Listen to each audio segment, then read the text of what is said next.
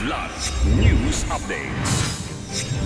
Mga balita ngayon, 2 Koreano at 9 na Pinoy arestado dahil sa illegal mining sa Butuan City. Gun running at gun for hire group, listado sa Cebu City. Bagong members of parliament ng BARM nanumpa kay PBBM.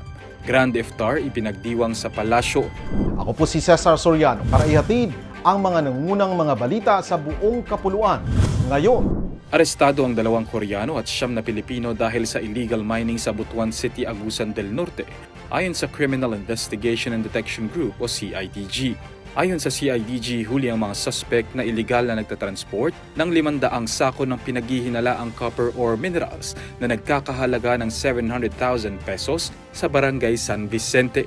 Giit ng otoridad na iligal ang operasyon dahil wala umano itong kaukulang mining rights, permits o agreements mula sa Mines and Geosciences Bureau at sa iba pang ahensya.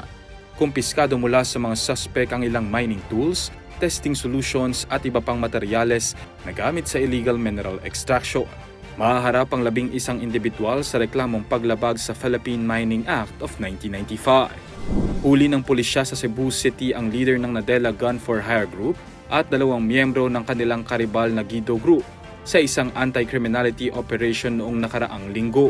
Pinaghihinalaan ng 2 grupo na nasa likod ng serya ng pamamaslang sa Cebu City noong nakaraang buwan, partikular sa mga biktimang may malaking pagkakautang sa illegal na droga. Samantala, 3 katao ang inaresto habang patuloy na tinutugis ang isang dating opisyal ng Danao City matapos ang buy-bust operation laban sa illegal na pagbebenta ng armas sa barangay Suba.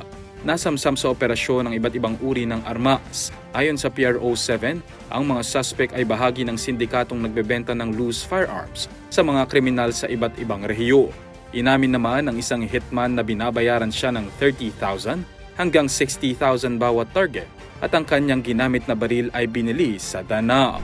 Pinangunahan ni Pangulong Ferdinand Marcos Jr. ang panunumpa ng bagong talagang Members of Parliament ng Bangsamoro Transition Authority o BTA sa pamumuno ni Interim Chief Minister Abdul Rauf Sami Gambar Makakwa.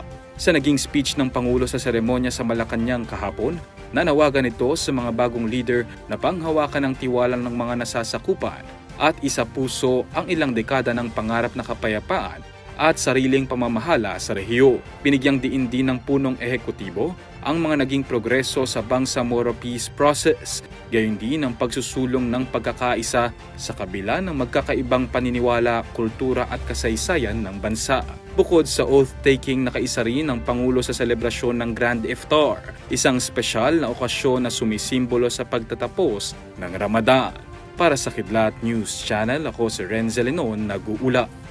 ako po si Cesar Soriano, kasama nyo sa bawat pagputo ng balita.